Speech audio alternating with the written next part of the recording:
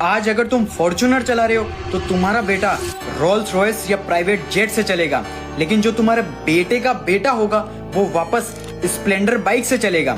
अब तुम सोच रहे हो इतना बड़ा भेदभाव क्यों? क्योंकि जो पैसा है वो 3 जनरेशन तक चलता है। लेकिन ऐसा क्यों? पहली जनरेशन को बोलते हैं वेल्थ क्रिएटर्स।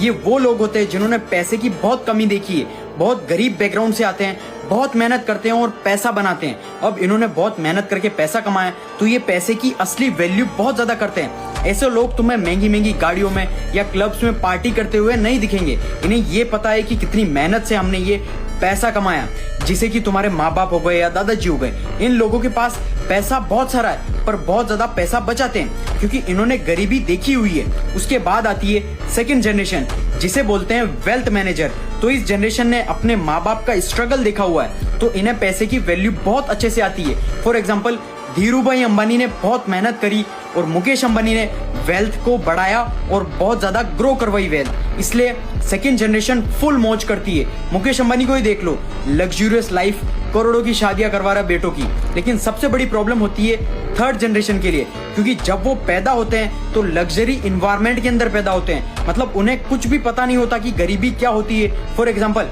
मुकेश अंबानी के बेटे को देखा होगा 50-60 करोड़ की घड़ी वॉचेस पहन के घूमता है। उसे नहीं पता कि 50-60 करोड़ रुपए की असली वैल्यू उसके लिए ऐसा है कि किराना स्टोर से 5 रुपए की चॉकलेट खरीदना या कोई चिप्स खरीदना। और इतना ज्यादा पैसा होता है कि अबंडेंस ऑफ मनी है, तो इन्हें नहीं पता होता कि पैसे की रियल वैल्यू क्या होती है। इसलिए तुमने देखा होगा बड़ी बड़ी पार्टीज करते हैं, महंगी महंगी घड़ियां गाड़ियों में घूमते हैं ये अमीरों के बच्चे।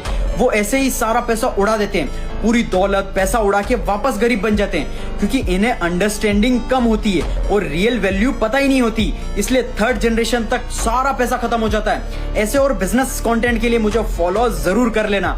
और इसी रीजन की वजह से कुछ अमीर लोग अपने बच्चों को गरीबी की दुनिया में भेज रहे हैं ताकि वो असली वैल्यू सीख सके, असली रियल स्किल सीख सके। इसलिए अगर तुम गरीब हो और बी ग्रेटफुल फॉर एवरीथिंग और मेहनत करके अंधा पैसा कमाओ। जो अचीव करना चाहते हो वो खुद की मेहनत से करो, ना कि भीख मांग के।